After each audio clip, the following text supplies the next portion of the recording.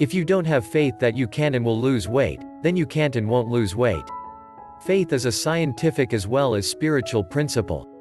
It's spiritual in the sense that it can't be perceived by the five senses.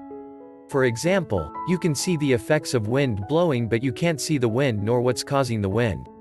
Faith is scientific in that there's a particular method by which faith causes the effects you want based on how the mind is structured or how it works. If you know how the mind works, you can then have a reality-based faith that it will produce the results you want. But then it's no longer faith or belief, now it's a knowing. You know it's going to work just like you know 2 + 2 = 4. All you have to do is know and apply the method. So, how does the mind work and what's the corresponding method? The first thing to understand is that what we are talking about here is self-control. We weren't designed with marvelous physical, mental and emotional faculties without the means or method of controlling them. That wouldn't make any sense at all. You wouldn't have arms and legs and not be in control of moving them in virtually any way you want to move or use them. Likewise, you wouldn't have thoughts and feelings without also having the means by which to control those thoughts and feelings. Same with your appetite. You couldn't have an appetite without also having the means to control it as well.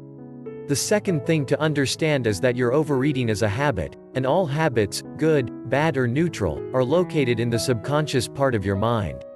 And the only way to treat something that's subconscious is to separate yourself from the thing you are habituated to.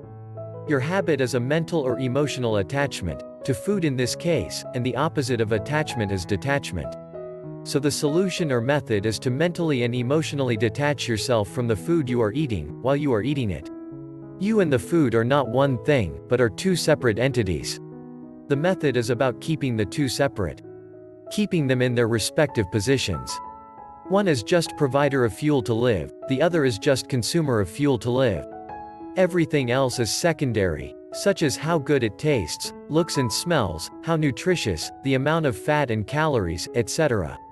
Separating yourself from food in this way gives you the clarity to know whether you are eating for the right or wrong reason, to know when the body is sated, and the power to effortlessly stop at that exact point. This is the law of detachment weight loss method.